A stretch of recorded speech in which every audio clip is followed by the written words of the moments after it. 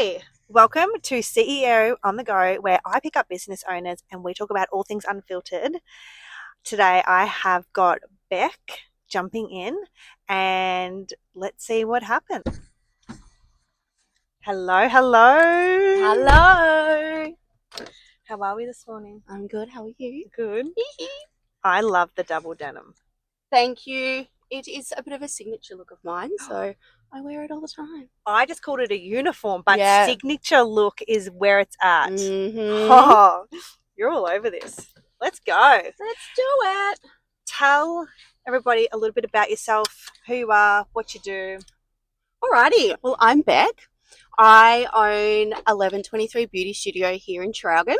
Actually, tell me the story behind the name. Okay. Because usually it's like Beck Makeup Artist or Yeah. Beck this or Back. But what's the name? What's the reason behind the name? Okay. So I used to, prior to having this business, I did a lot of content creation. I dabbled in the influencer space for a little bit, and I had a makeup blog, and that was called Beauty with Beck.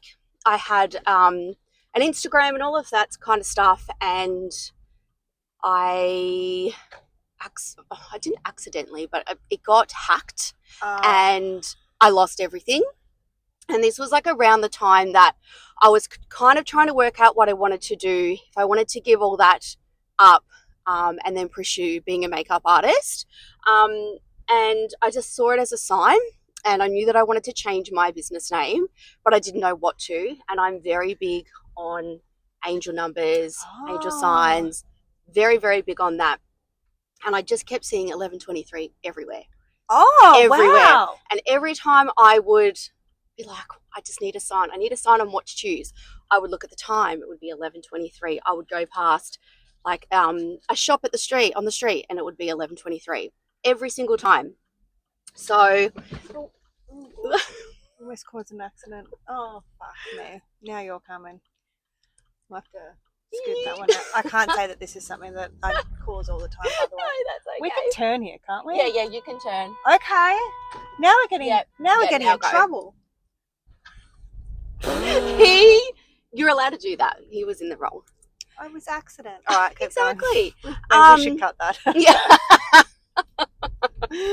People are like, I can't go with that. She's not safe. All right. So anyway, angel numbers. So I'd see it all the time. And then, like, my final straw was I went on to, like, the ASIC website, and I was looking up, like, if it was available. And the minute I clicked to see if it was available, I looked at the time, and it was 11:23, and then it come up that it was available. So I'm like, that's it. That has to be my business name. What a story. Yeah. So you've been in the industry for how many years did you say? So 6 years. This is my 6th year this year. So I started doing makeup. I went and got qualified at the end of 2019. And then obviously worked up until COVID. And then obviously COVID shut us down for a couple of years. And then I reckon it was 2021 after we reopened, I was obviously just doing makeup on the weekends. And then I decided that I wanted to pursue it full time, but I didn't want to have to go to Melbourne or anything like that during the week to have to work, because my kids at the time were quite young. So I was like, what else can I do? So I decided to get into like brows and lash lifts and that type of thing. So that's predominantly what I do during the week. And then weekends is makeup usually.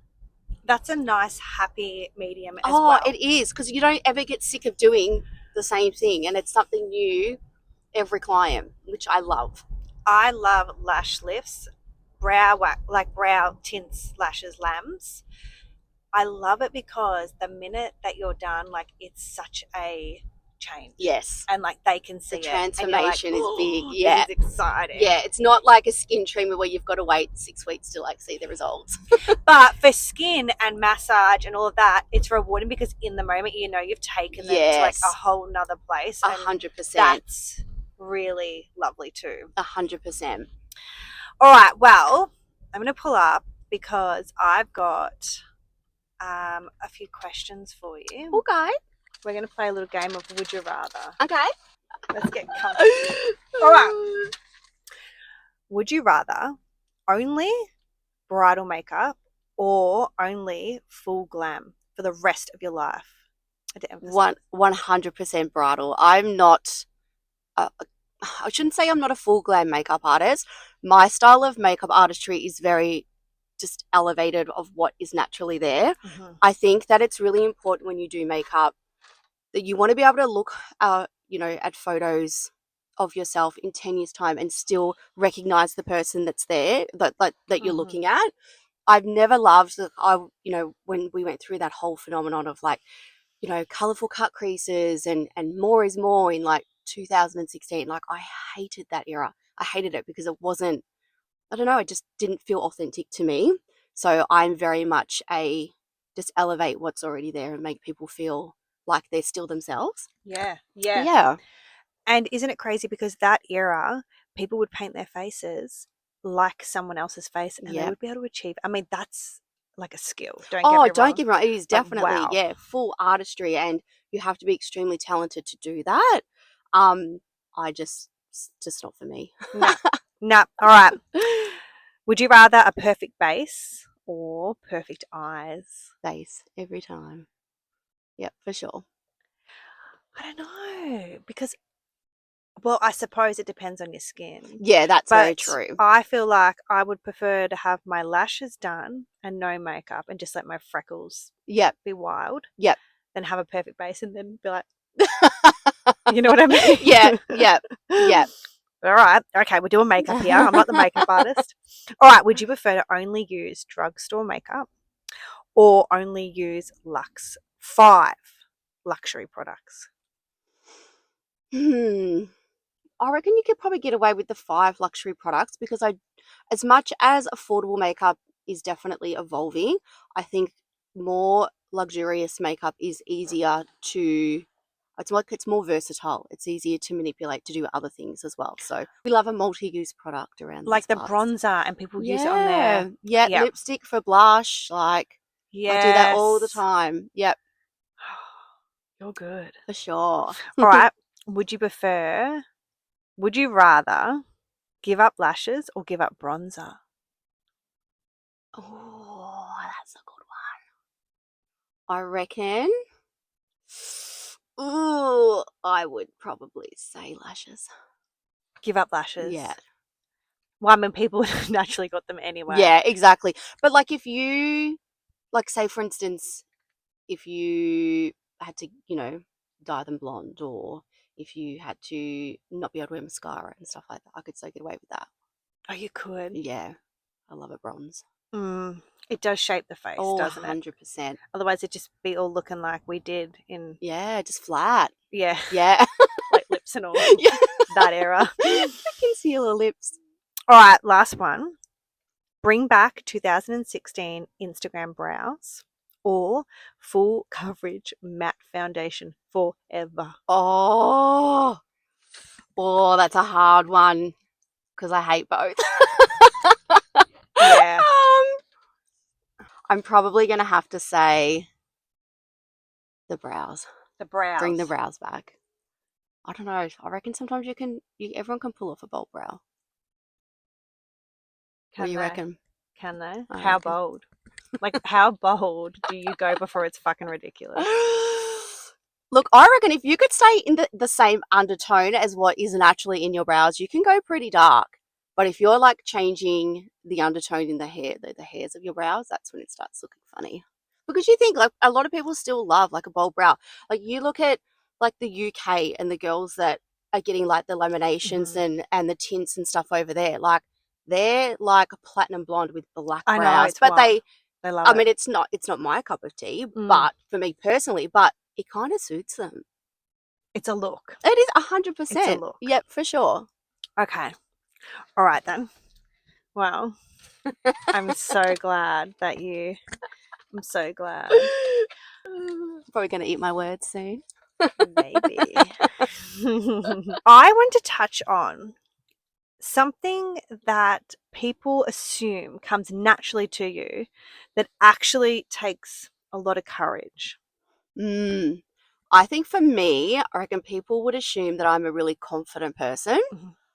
And I feel like I used to be like in my teens and my 20s, I was, but as I've got older, it's definitely like a daily struggle for me. But I think it's really important that you push yourself out of your comfort zone, and like it's something that like you've got to work on every single day.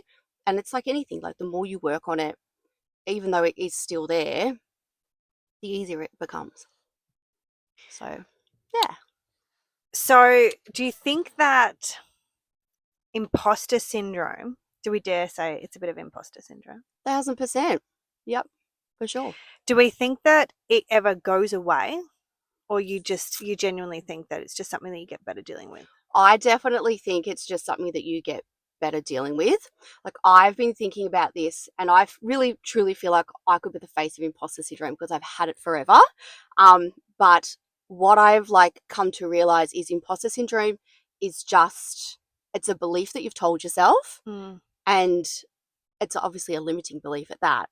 But it's something has happened along your journey that's made you think that you're not good enough, that, you know, even though you could have these incredible qualities and win these awards, or just achieve great things, but if you've told yourself somewhere along the line that you're not worthy of that, that's always going to be there. So if you can either name it, I like to name Oh, my imposter syndrome, yes. it's the Yeah. imposter monster, so that when those doubts keep coming up, I know that they're not my thoughts. Mm. It's just my ego trying to keep me safe and Yes. not wanting me to go and try new things or to challenge myself in any way, because that's in the unsafe zone. But you've got to learn to shut it off. So it might always be there, and it's probably, it's probably a good thing to have it there a little bit, but you've just got to learn when to shut it off, and like when to be like, am I, you know, reaching for the stars a bit too far here with this, or something like that. That's a really, really, really good take on that. I Yeah. love that. I feel like I get nervous when I share things on social media. Opposed, I can be 110% me in person with people and not stress. Like, I would prefer to meet you in person and talk to you about a whole lot of stuff than put something out there on social media. And I think that I'm like that because if I'm with you, I will gauge if you're vibing it or if you're not. Yeah, that's Whereas true. on socials, you just don't know what people are saying. But then also it pops into my head, all I'm doing and all I'm giving is the knowledge that I have and the experience that I have. Yeah, And if you want to take it, you're going to take it. And if you don't, you don't. I exactly. And don't if it's really going give to a fuck. resonate with someone, Mm. they're going to be like, she's hit the nail on the head I there. feel like my imposter syndrome has gotten better as I've gotten older because all I think now is I want to be who, and call this corny as fuck, but I want to be who my daughter thinks Yeah, is awesome. 100%. And I think when you become a parent, your whole aspect on life changes, and you just want to be the best person that you can so that your kids have someone to look up to, particularly if you have daughters, because it's very hard for women in business, and particularly if you don't have, a team around you, or you have staff or whatever it might be. If you're a solo business owner, it's super, super difficult. But you just need to know if that's going to be your why for a little bit, that is totally fine. It's Mm. totally, and that is a fantastic why and a great place to start. Like, we know what you're capable of, but like it's okay for you to let other people see that too. And I think that's a big thing when it comes to imposter syndrome. Like, it's okay to show all aspects of yourself and not have fear that, you're not going to be liked, or Mm. it's not going to resonate or anything like that, because it always will. There'll always be one person Yeah. that will be like, oh my gosh, like she's 100% hit the nail on the head there. Yeah, and they're your people, and everyone Yep. else, who gives a Who flying? cares? Yeah. Who gives a shit? Exactly. I'm here for it. Yep. Thanks for chatting about it. That's And okay. this, I feel like as well, I've definitely wanted to make this space, just a space for people, because it's not super business orientated and it's not super educational or this or that. It's just literally an unfiltered conversation with Yeah. people in the industry on, there's no right or wrong here. No. And I think that's why it's very much me, because I'm not one to have a political opinion on, oh, we should do this and we shouldn't do that. That's not who I Yeah. am. So I'm so glad you put your big girl panties on and you did Yeah. this.